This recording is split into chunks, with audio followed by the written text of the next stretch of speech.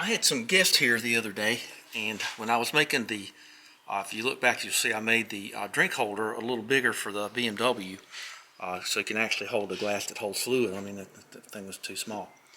And I used pop rivets, and they had never seen pop rivets used, and they were fascinated, never dreamed how those worked. So I'm going to lay everything out here for you and show you how they work.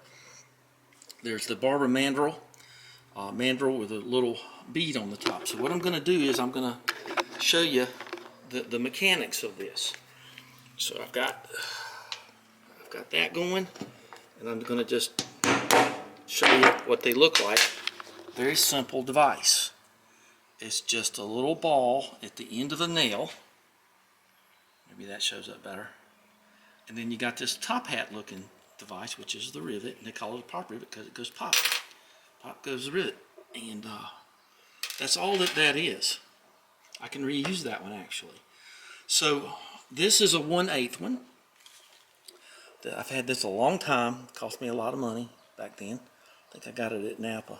So anyway, there are different size chucks for different size rivets, and that you have to get that precise. And the drill that you hold, that you hold, is this is 1/8. It means 1/8.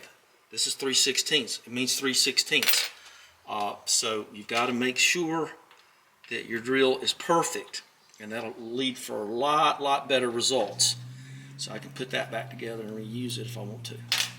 So trick to this is, if you generally have more than one rivet you use at a time.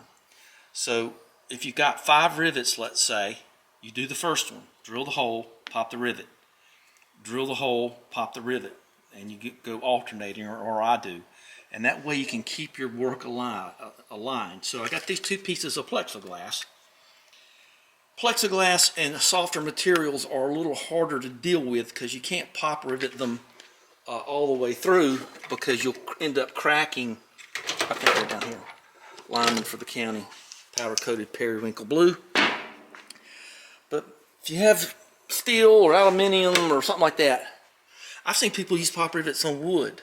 I mean, you can use it on a lot of different things, but the pressures matter, and the backup piece is nice to have. So all you got to do is, let's just say we're going to let's see if I can find a piece of wood. I didn't think too far. I just hold it. Oh yeah, we'll go over here. So I got these doors that I put here to stand on when I work on stuff across the lift. So you got to have a backup piece. You got to have a gimmick. Let's just say I want to do it like this.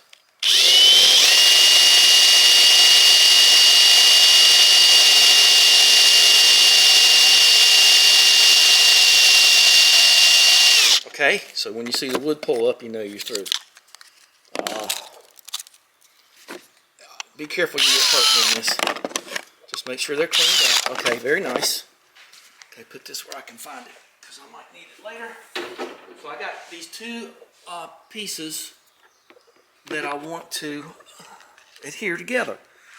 You can use this on toys to make little arms. You can do all kinds of things, but I used to use it for Volkswagen battery bottoms, because you could lace strips of metal together and make a basket and weave it and staple it in around the back of the old Volkswagen bottom to keep the batteries from falling through the floor. So now you'll see, I like these kind of rivets that have the real nice big heads on too.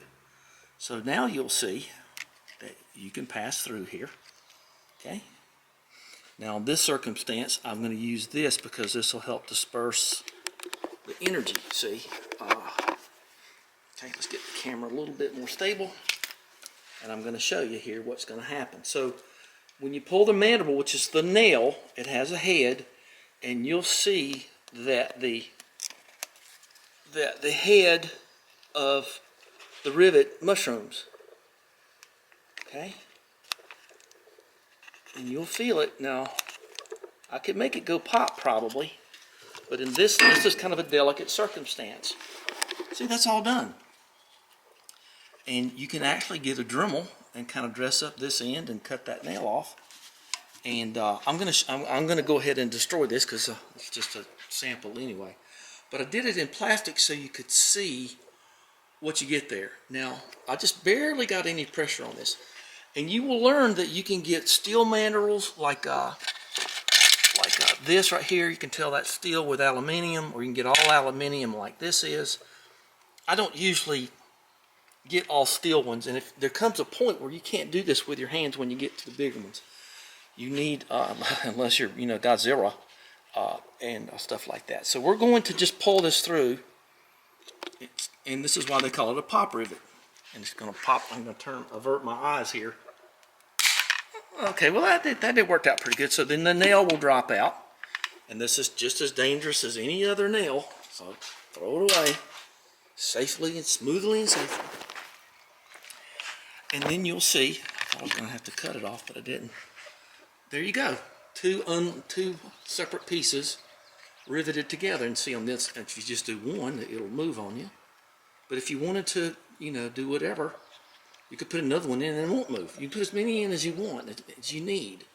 But that's how a pop rivet works. Ends up looking like that.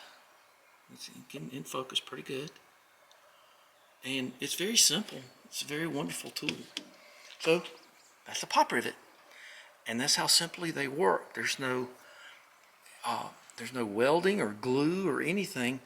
And I feel pretty certain that there's still a Volkswagen or two out there in the world where I've woven in a basket with like little half-inch weaves, little baskets, and put in there.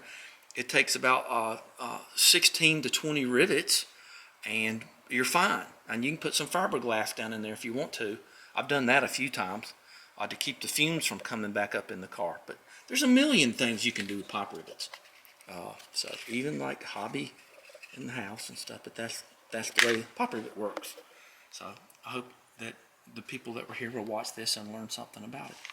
Very simple. If you get a kit, get a good one. Because if you don't get a good one, you're going to be very frustrated. Because the internals will start to, it won't grab the mandible and pull it, and it'll start slipping, and just get better or best. Don't get good, get better or best, and to whatever your ends are. But if you're just going to be doing lightweight stuff, get good. If you're going to be doing metal, get best, and just like any other tool, get the good stuff. Okay, give me a thumbs up.